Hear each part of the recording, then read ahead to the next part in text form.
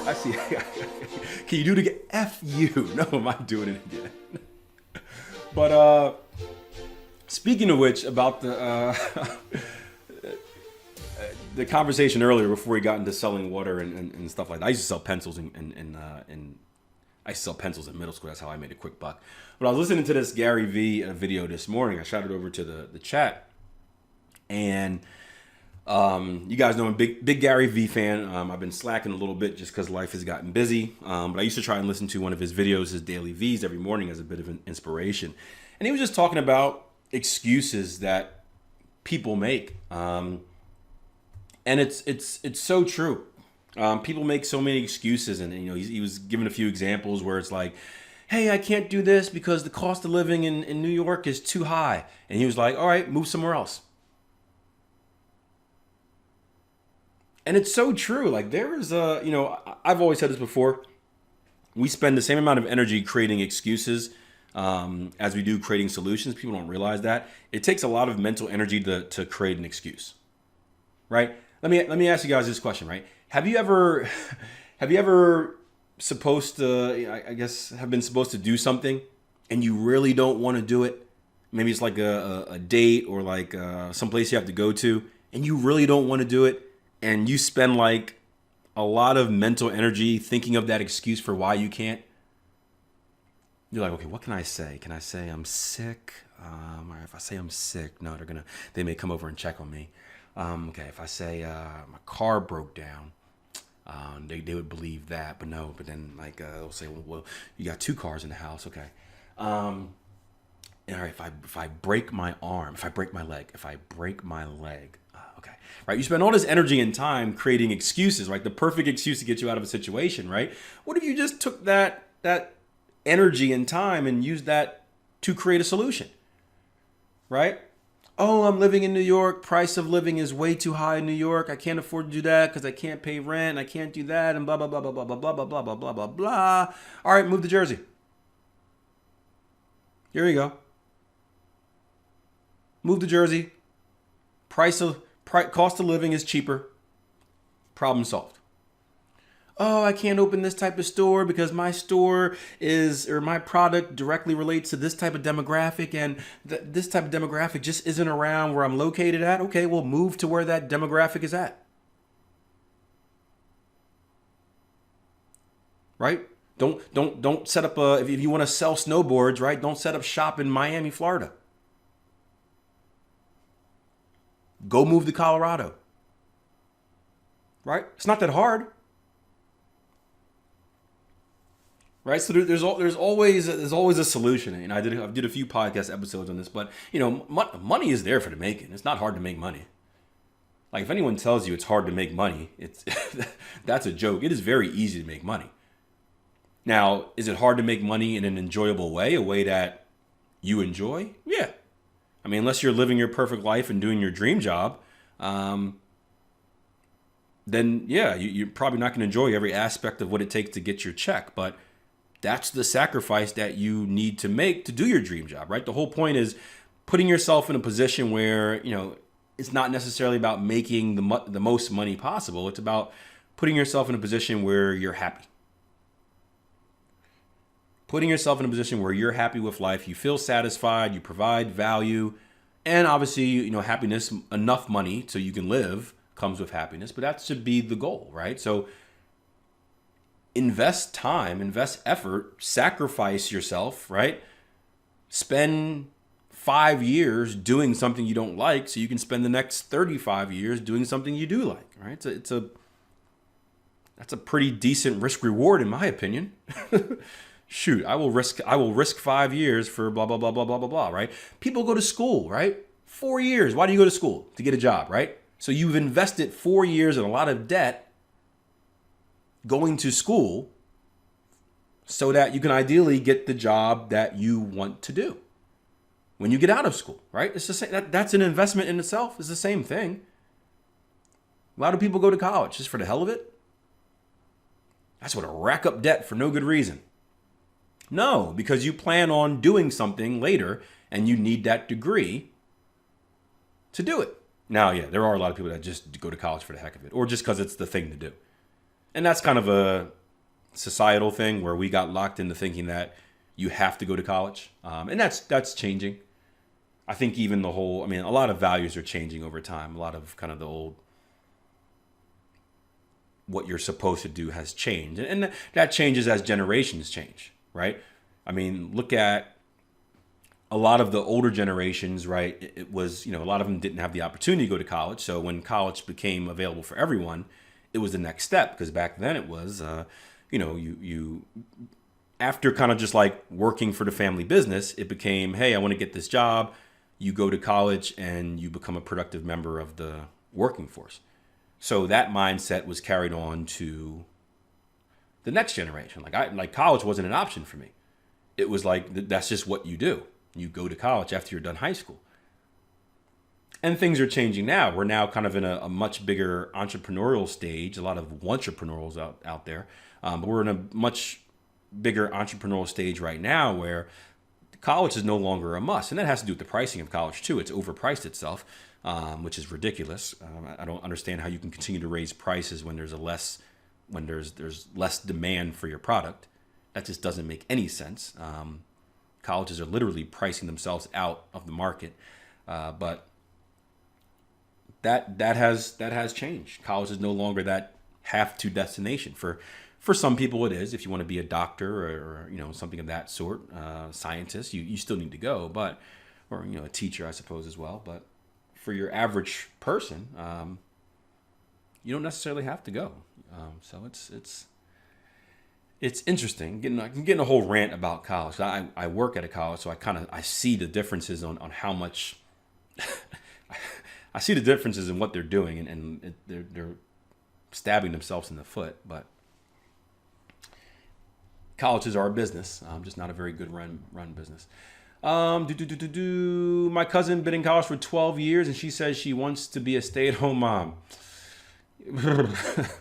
Yeah, she probably should have thought about that earlier, man. Gosh, not. Shoot, I feel sorry for the husband, man. Pay off all that debt. Nothing wrong with stay-at-home moms. Again, shoot. That is, I would never want to do that job. But 12 years in college to decide that, man, you'd think you'd have some type of super degree by then. You'd think you'd be some type of, you'd have multiple PhDs for 12 years. Nick says they go to college to get a degree. Interpretive dance degrees, rack up 100K in debt. Criminal that they allow loans to pay for that. Loans are a business in itself, right? Jobs are so competitive now that degree is literally just a tick box. It's just expected for corporate jobs. YouTube has locked my account for some reason. See, here's the thing, right? For some jobs, like, honestly, your degree doesn't even matter. And I don't know if it's the same way overseas, but for many jobs, unless it's very specific, your degree really doesn't, your grades, they don't matter as much as people think. A lot of times you can have a degree in anything, and as long as you have that, you graduated college, it's fine, yeah. But as a business owner, I would care less if someone I hired had a degree or not. I'd be more impressed in the interview process. But I can understand how you never make it to the interview process if you don't necessarily have that degree.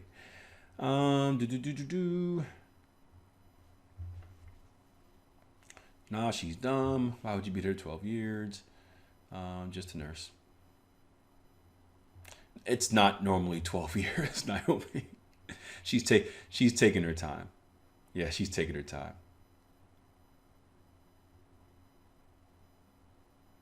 Nick says, yeah, my first corporate job just wanted to BS or B. And yeah, that's how my dad was. Literally just show me you graduated. Just because my boss needs to see that you actually went to college. Just show me you graduated.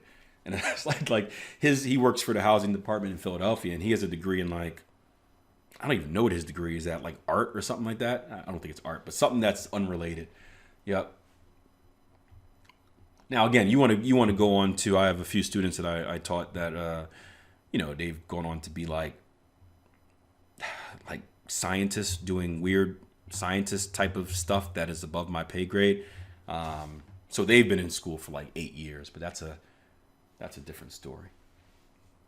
That's a different story. But yeah, universities are expensive, man.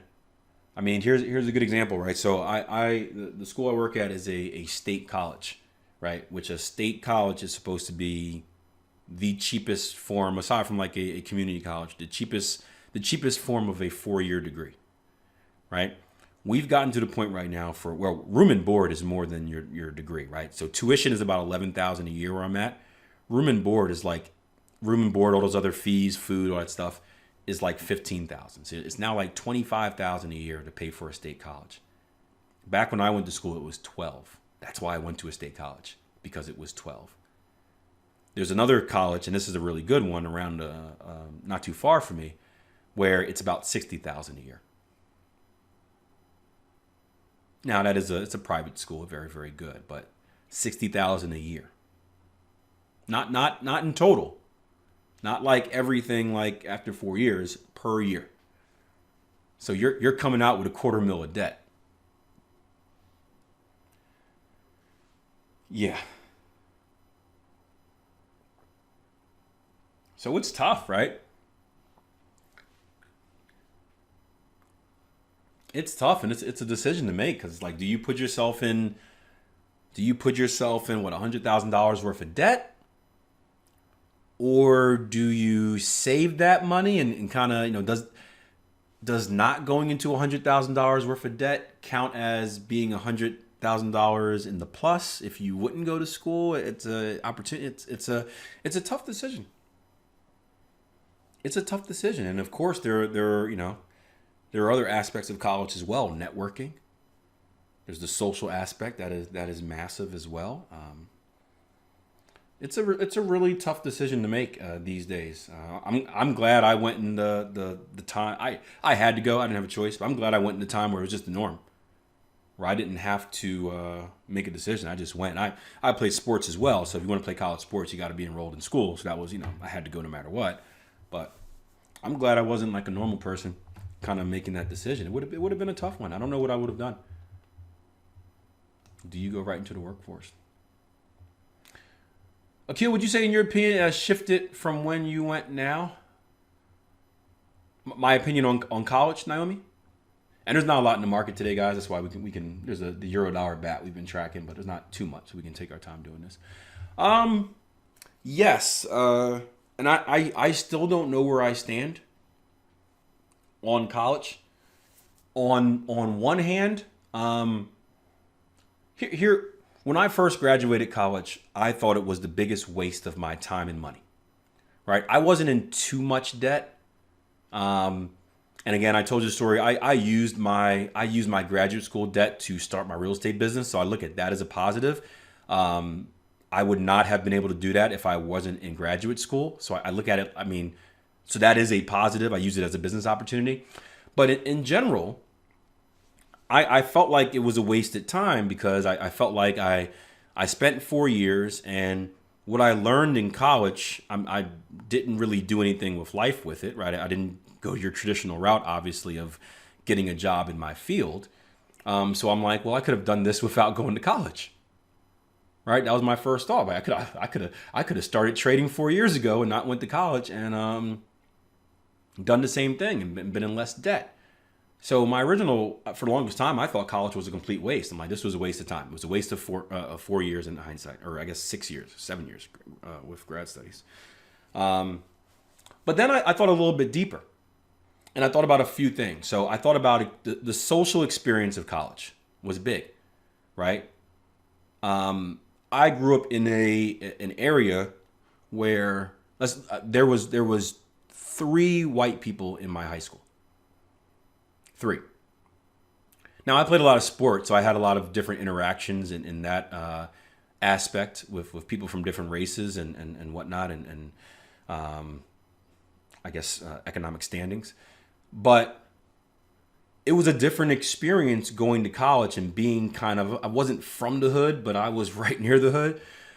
It was a different experience going to college and experiencing just a different way of life. You get to see the world from a different perspective. It's not all, people say product of your environment. That's 100% real if you don't know anything else, And I told you my first day moving into college, I almost got into a fight because someone said hi to me. Like someone looked at me and said, hi, or like, what's up? And I was like, well, what's up? And I dropped my stuff. I'm ready to go because that's where I'm from. Like you don't talk to each other. Like if someone says what's up and looks at you in the eye, that means let's go, let's fight. Like I don't know what you did, but we'll figure it out later. Let's have at it. So my first day in college was like that. Like I'm ready to go. And then I realized like, well, people are just being friendly. That you can look at people and say, hi, how are you doing? Like it, I know this seems weird to some of you guys, but my mind never grasped that concept. Like you, again, where I'm from, and I had a linguistics teacher that did he did his PhD, what is it called? His dissertation, I guess, on it. He called it the Philly head nod, the interaction that happens or the lack of interaction that happens in many urban areas, specifically Philadelphia. And he did a whole report on it. I got a D in that class, but I loved it. And it was, again, and I'm sitting there like, yeah, this is me. Like I didn't understand like you can talk to people. So I grew a lot in being able to deal with different types of people. Right. And I've spoken and mentored a lot of people from the Philadelphia area and urban areas that come into the school because it's a culture shock for many. And, without going to college, I wouldn't be able to impact these people. Right. I had a conversation with a girl the other day she was getting upset because, she's bluntly honest and she thought everyone hated her. And she's like, I don't understand, like where I'm from, and we're from the same area where I'm from. This is how we talk and people, take it for what it is. And like up here, they get mad at me and they question me like, am I doing something wrong? And she was having this breakdown. And, I had to explain to her the balance of like, hey, we can't talk the same way here as we can back there. This is how they're going to interpret it. And just being aware of that, right? So some self-awareness.